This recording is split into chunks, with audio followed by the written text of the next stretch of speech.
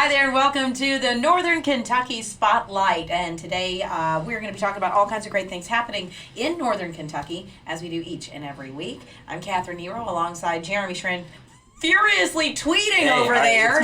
It's good. We got it. We're out. We're out in the world. There we go. Jeremy, of course, the Marketing and Communications Director for the Northern Kentucky Chamber. We want to thank our title sponsor for this podcast, CVG. Just flew through there this week. You know, I'll tell you what, after having to be in several other airports, I enjoy CVG a great deal, and I'll leave it at that. I will leave it at that. Absolutely. Studio sponsor, L&N Federal Credit Union, and to our digital sponsor, C-Crew Consulting. All right, so Jeremy, who do we have on the podcast today? We have Talia from the Brighton Center. She's in here to tell us about the Employer Best Practices Symposium. It's a little bit of a mouthful, but it is one of the best events that we do here at the Chamber. It is really, really awesome. So we're going to talk about that. And then we got Shannon Starkey-Taylor and Patty Gleason from the Learning Grove, this is Children Inc. and what was the other The organization? Cincinnati Early Learning Center. Yes, they came together. So we're going to talk to them. And then also we have Dr. Sadler from the Health Department. She's going to give us an update during the weekend review on the coronavirus. Yep, we have to say it.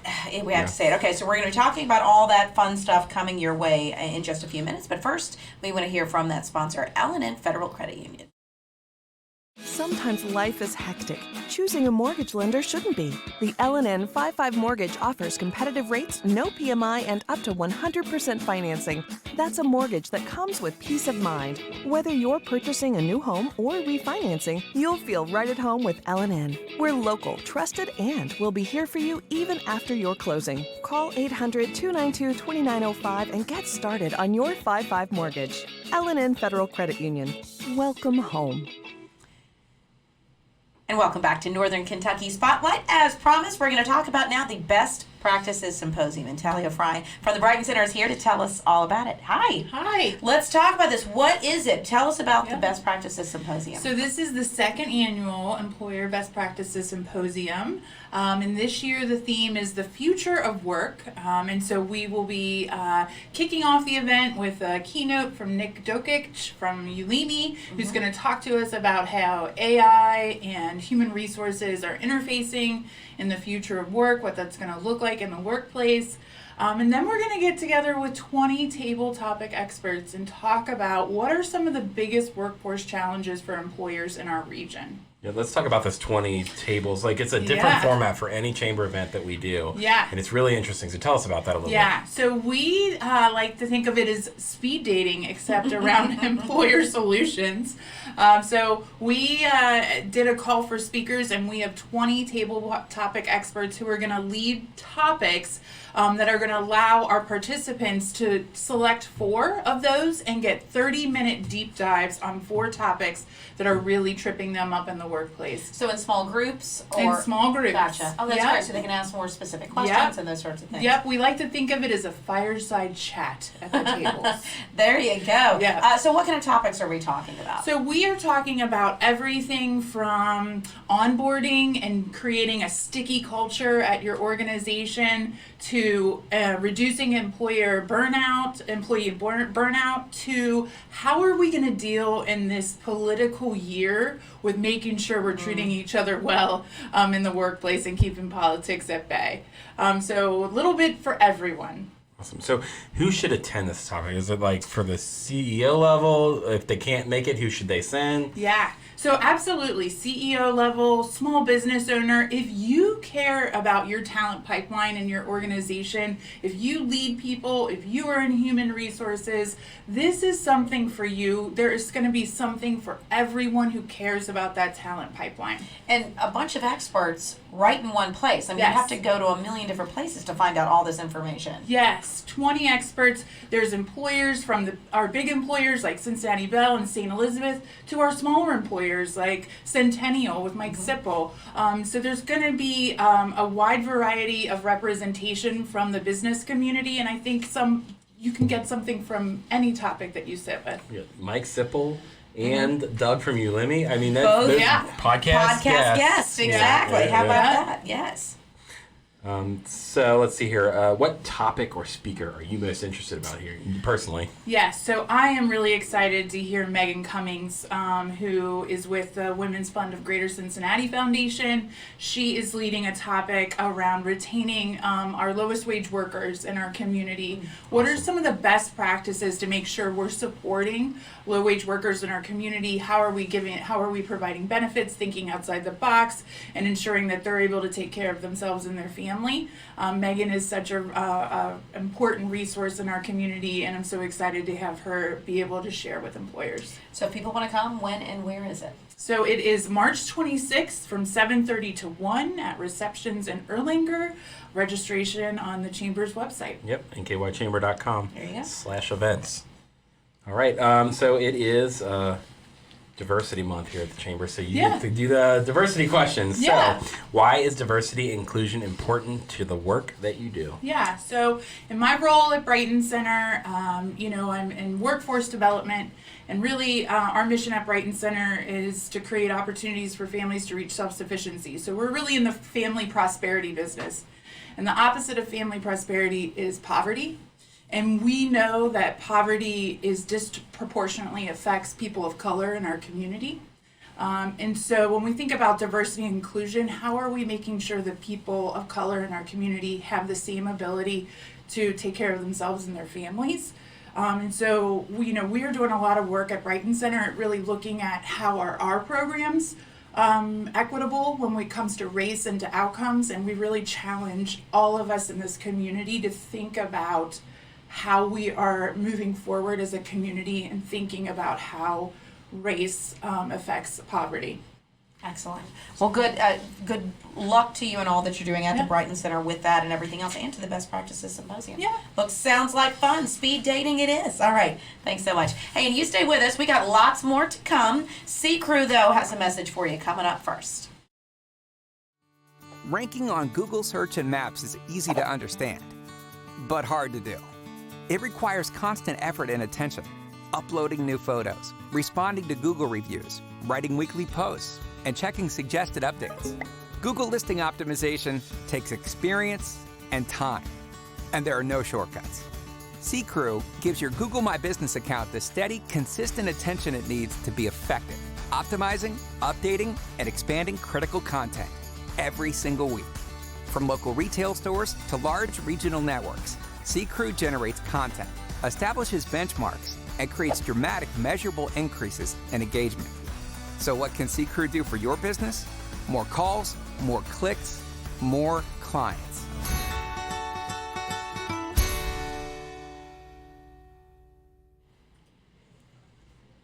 Welcome back to Northern Kentucky Spotlight, time for the Business Week in Review. And we kick things off a little differently this time. Yep. Dr. Lynn Sadler from the Northern Kentucky Health Department is here. And Dr. Sadler, you want to talk specifically about the coronavirus. I do. Thank you so much for this opportunity to be able to reach out to the business community and let folks know where things are at and what we need them to do at this point in time.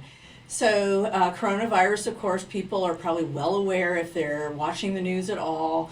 Respiratory virus that's going around in many other countries, started in China. And the CDC came out this week and said that they are moving from containment to starting to prepare communities for the likelihood that coronavirus or COVID-19 is going to be here in the United States. And so at this point in time, we are going to do our part to try to help the community prepare. And that includes all sectors of the community. And so today we have posted a preparedness checklist and information for the workplace that we encourage businesses to look at to help guide them in their thinking for planning and preparing. Not panicking, because right now here in Kentucky we have 0 cases. Awesome. So if someone wants to find out more about this, do you go to the health department's website? I would encourage people to frequently check our website at nkyhealth.org. There is a COVID-19 page where we are constantly updating and adding new materials for people to use. Because things do change. Yes. They do. This is a rapidly evolving and expanding issue. Yes, and we will also be putting some of this documentation out on the Chamber's newsletter. So if you subscribe to our newsletter that comes out weekly or monthly, depending on what you pick, we're going to have a little article about it in there. Or you can go to nkychamber.com and go to the newsletter section, and you'll see the article listed there as well. So the key there, time to prepare, not panic, right? Correct. Okay, Dr. Sadler, thank you. Lots of other things happening in Northern Kentucky as well. Big news yesterday about, we've heard the rumor and innuendo, some big law firms coming to Covington. Yep, DBL is headed back to Covington.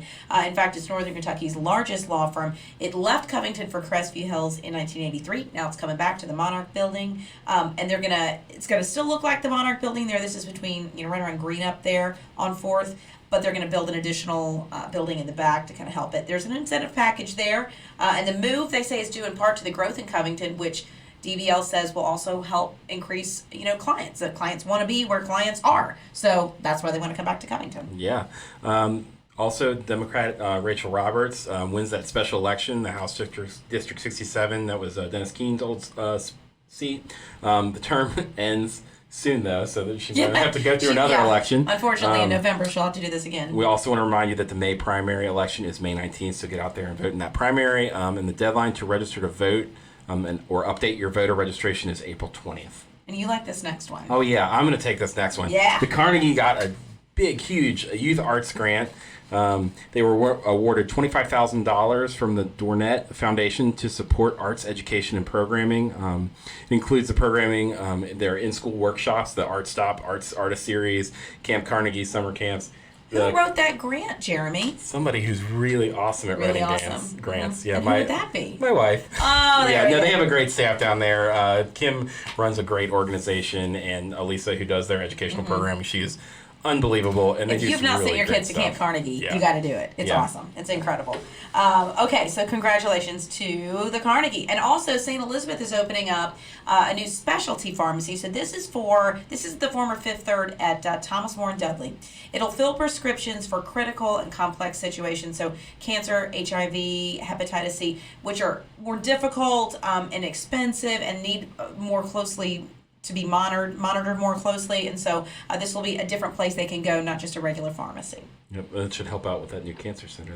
Right there, right down the street. Yep. And Bellevue considers Riverfront study. So the city heard the Bellevue Riverfront corridor study.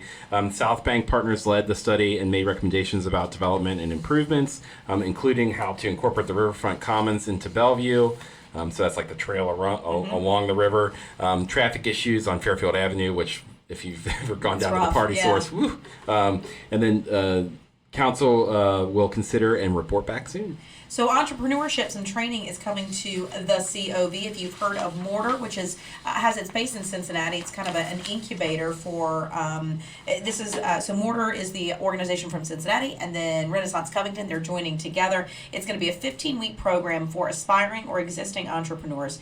The application window is open now, and they are, it's open to anyone, but they look for minority or female-owned businesses, people who just need a little bit of a leg up. So if you're selected, the entrepreneurs will go to class 3 hours a week. It's a 15-week class. It's $300, which is incredibly affordable, but they also have payment plans if you can't afford that. And they have Mortar has some incredible graduates doing amazing things. So this is a really great opportunity if you're an entrepreneur in Northern Kentucky. Yep. Ooh, this is another one that I I know you're love. excited about this one. We almost got away without food, beer, or bourbon. I'm sorry, on National Chili Day, we got to talk about something. Yeah. Braxton has a new collaboration with Graders. Black cherry chocolate chip white stout. It's going to be delicious. It gets released tomorrow at the Covington location. And then on March 2nd, you'll be able to get 4 packs at Kroger's, and I will be there. There you have it. Some 4 packs. And one last note. Tonight at 7, I hope you'll join me on Facebook. If you're listening to this later, go back and look for Broadway and Cincinnati's Facebook Live on Thursday night. It is the Broadway and Cincinnati announcement of the 2020-2021 season. It's a lot of 20s, but you know where I'm going with this. Some really great shows coming, and you're going to really... Hamilton? Yes, Hamilton's definitely coming. That's already been announced. Yes, but the rest of them you're going to really love. It's exciting. Really good one. So join me tonight at 7. Awesome. And oh wait, is it time, Jeremy? Is it time for Jeremy's Chamber Roundup? All right, we're going to keep it real short this week because we talked about the Best Practices Symposium, but next week we got Pints and Perspectives, Attracting International Talent. That's with Dr. Vidia and also the president of UK. Then we got Day in Frankfurt. We're going to go down there and advocate on behalf of businesses. It's a great trip to go down and see how Frankfurt works. And then also on the 14th, we've got the Northern Kentucky International Festival, March 20th, International Festival for the March, and it's 2020. Next week, we're going to have some guests on to talk about the International Festival. So. And we have more coming your way right now. The latest from Learning Grove coming up right after this.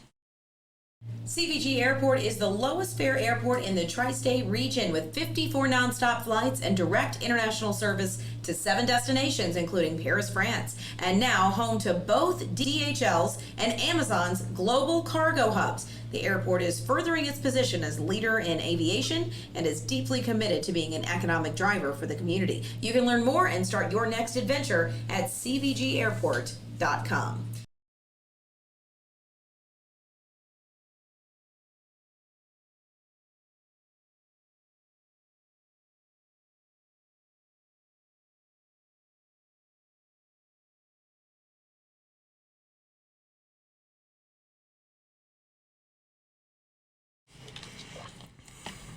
And welcome back to Northern Kentucky Spotlight. As promised, we're going to talk with some folks from Learning Grove, Shannon Starkey-Taylor and Patty Gleason. Thank you guys for coming in. Let's start. Learning Grove is a new name for some organizations we may be familiar with. Tell us about the history of Learning Grove. Sure.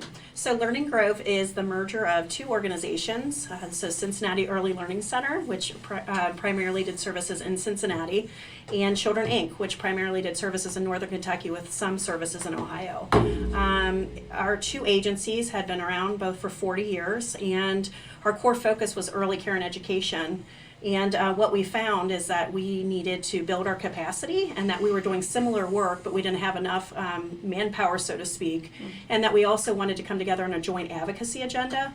So we thought as CEO to CEO, what would it be like if the 2 organizations joined as one? So we're proud to say now that we're in both Ohio and Kentucky as Learning Grove. We have 21 early care and education sites, and those serve over 1,600 children, which is a large amount, and that's in full day, full year childcare. And we have 20 before and after school programs serving around 1,300 children.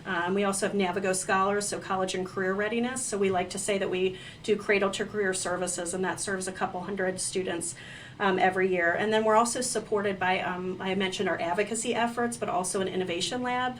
So what Patty and I are committed, and Learning Grove's committed to share any kind of best practices or learnings that we have with the larger community. So that was a big part of why we came together. Awesome. So can you walk us through like some of those beginning steps about deciding to merger? So Shannon and I actually have been working together for 25 years with different projects. One of them being our support of children's social emotional development, and we really dug into that many years ago because we saw so many children struggling.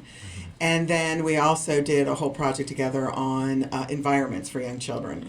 So what we found ourselves in is calling each other, and we ended up getting the same phone calls. Yeah. Like Shannon would call me or vice versa and say, did so-and-so just call you? Like they need help but I'm busy, could you help? And then I'd say, could you cover that for me? And a couple of times we were like, it's too bad we can't just do it together. And then slowly but surely it was like, okay, let's just have the talk. And we had secret meetings. Yes, and the talk, I loved how you started off with that. The talk leading to the secret meetings. Yes, the talk leading to the secret meetings.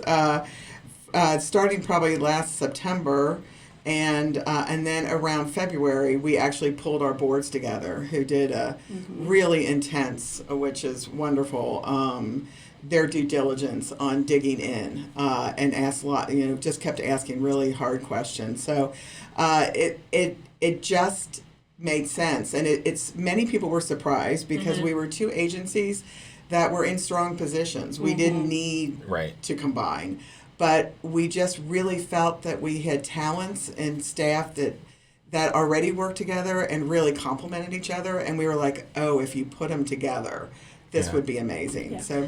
So what does it mean then for the families who might have been served by either, or either now that it's merged, how does that change?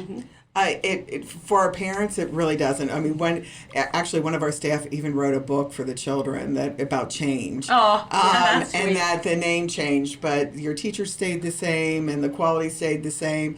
I think that what they'll see over the long run is our teachers getting some more supports, and we're trying to figure out really how to improve their work environment and their salaries. So in the end, it's going to help the families because we're just stronger. So what does this mean for the community? Sure. So I think with the community, what I had mentioned before, we really hope that our joint advocacy efforts will really help all, especially single-site childcare centers. So they don't have as many resources or infrastructure.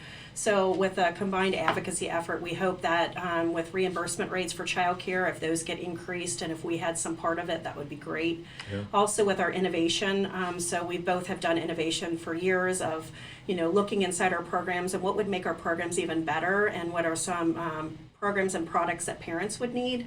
So we're hoping that we can ramp that up and actually give that back to the community. What our board charged us with, which I thought was very smart on their end, was, don't just make it about us getting bigger, because both of us went from a $6 to $11 million organization to $17 million, but so what? What does that mean for the larger community? So we hope in those two areas, and then also some of the opportunities that Patty said, both of us had to say no, and there's quality childcare deserts out there. So not that us coming together that we can conquer all of that. We still need all of our other single sites and the YMCA and other great partners that we have, but maybe we'll be able to say no a little less frequently. So I would say more service delivery, more in the innovation, and then more with advocacy. So if there are organizations out there thinking about the same thing, what are pieces of advice you might have for them? Yeah, so I would say start off by using a consultant, and don't be afraid of what that costs. So we used a merger and acquisition nonprofit consultant.